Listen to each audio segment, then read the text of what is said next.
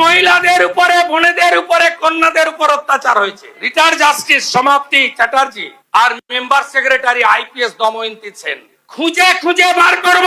তামান্নার মা বিচার পাবে, জিরো টলারেন্স। আজকে আমি বিচারের দাবিতে এসেছিলাম মুখ্যমন্ত্রীর কাছে, উনি বিচার দেবেন এই আশ্বস্তই করলেন। হ্যাঁ হ্যাঁ, ভরসা রাখছি।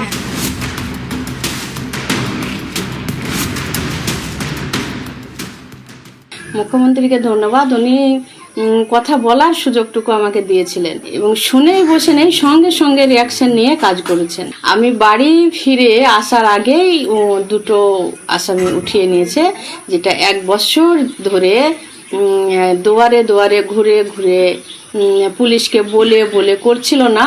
আগে সরকার চাইতেন না যে ওনারা গ্রেপ্তার হোক, বিচারটা পাই সেটাও চাইতেন না। এখনকার সরকার চাইলেন এবং কাজ করলেন, কথাতে বুঝিয়ে দেননি, কাজে দেখিয়ে দিচ্ছেন। মঙ্গলবার বিকেলে বিধানসভায় গিয়ে মুখ্যমন্ত্রী শুভেন্দু অধিকারীর কাছে দরবার। মঙ্গলবার রাতেই গ্রেপ্তার। নদিয়ার কালীগঞ্জে তামান্না খুনে গ্রেপ্তার 5। গত বছর 23শে জুন কালীগঞ্জ বিধানসভা উপনির্বাচনের ফল বেরোয়।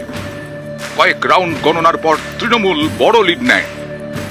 কালীগঞ্জের মোলান্দিতে তৃণমূলের বিজয় মিছিল বেরোয়। সেই মিছিল থেকেই বোমা ছোড়া হয় সিপিআইএম কর্মী সমর্থকদের বাড়িতে। তামান্নার পরিবার সিপিআইএম করে। মিছিল থেকে ছোড়া একটি বোমা তামান্নাদের বাড়ির ভেতরে এসে পড়ে। উঠোনে খেলা করছিল ছোট তামান্না। বোমার আঘাতে সেখানেই মৃত্যু হয় তার। বছর ঘুরে গেছে, এখনো সব অভিযুক্ত গ্রেফতার হয়নি। বিচার চেয়ে মঙ্গলবার মুখ্যমন্ত্রী শুভেন্দু অধিকারীর সঙ্গে দেখা করেন তামান্নার মা সাবিনা ইয়াসমিন, সঙ্গে সিপিআইএম নেতা মীনাক্ষী মুখোপাধ্যায়। দোষীদের সবার গ্রেফতারের দাবি জানান তামান্নার মা। এর 12 ঘন্টা কাটতে না কাটতেই অ্যাকশন। যত মহিলাদের উপরে, বোনেদের উপরে, কন্যাদের উপর অত্যাচার হয়েছে, রিটায়ার্ড জাস্টিস সমাপ্তি চ্যাটার্জি আর member secretary IPS Damayanti Sen খুঁজে খুঁজে বার করব। তামান্নার মা বিচার পাবে, জিরো টলারেন্স।